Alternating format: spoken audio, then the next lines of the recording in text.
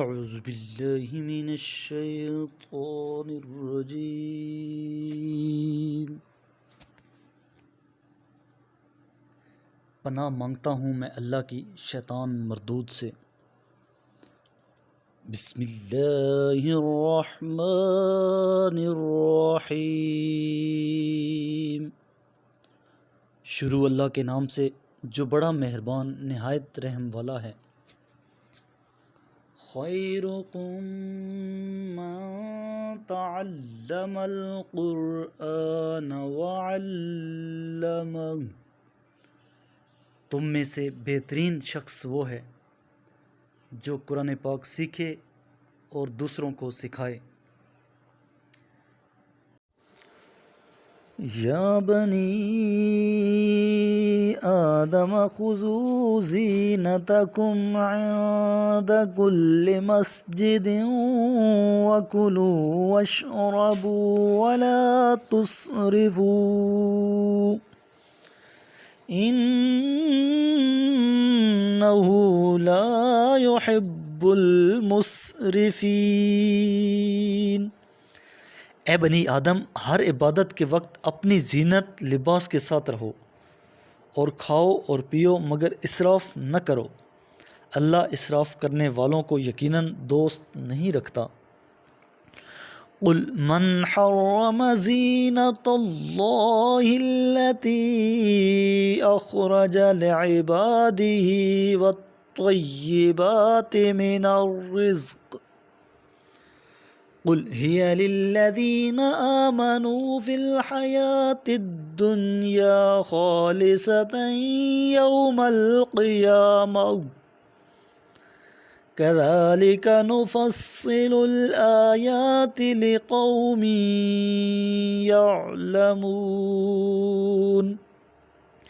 کہہ دیجئے اللہ کی اس زینت کو جو اس نے اپنے بندوں کے لیے نکالی اور پاک رزق کو کس نے حرام کیا؟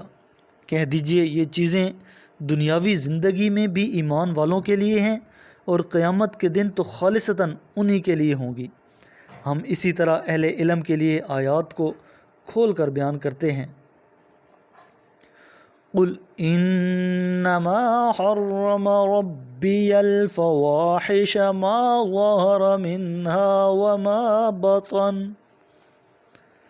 وما بطن والإثم والبغي بغير الحق وأن تشركوا بالله ما لم ينزل به سلطانا وأن تقولوا على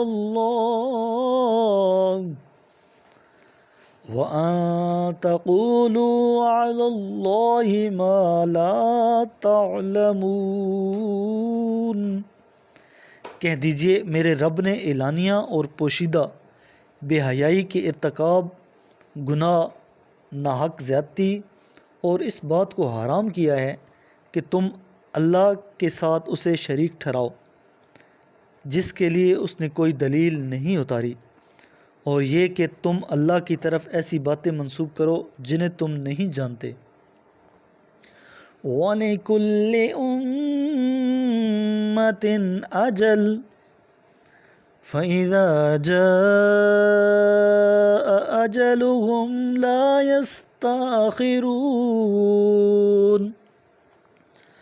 لَا يَسْتَأْخِرُونَ سَاعَةً وَلَا يَسْتَقْدِمُونَ۔ اور ہر قوم کے لیے ایک وقت مقرر ہے، پس جب ان کا مقررہ وقت آ جاتا ہے تو نہ ایک گھڑی تاخیر کر سکتے ہیں اور نہ جلدی۔ یا بنی آدم اما یأتینکم رسل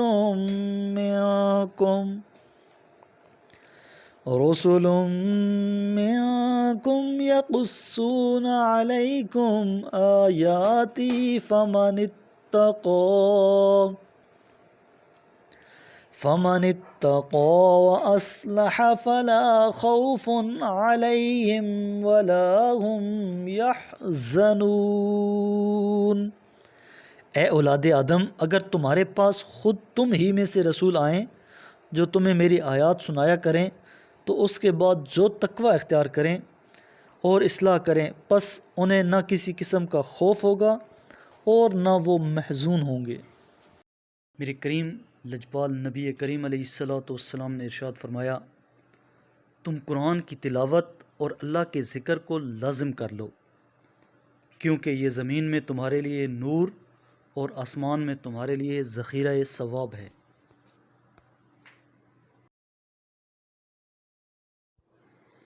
صدق اللہ العظیم۔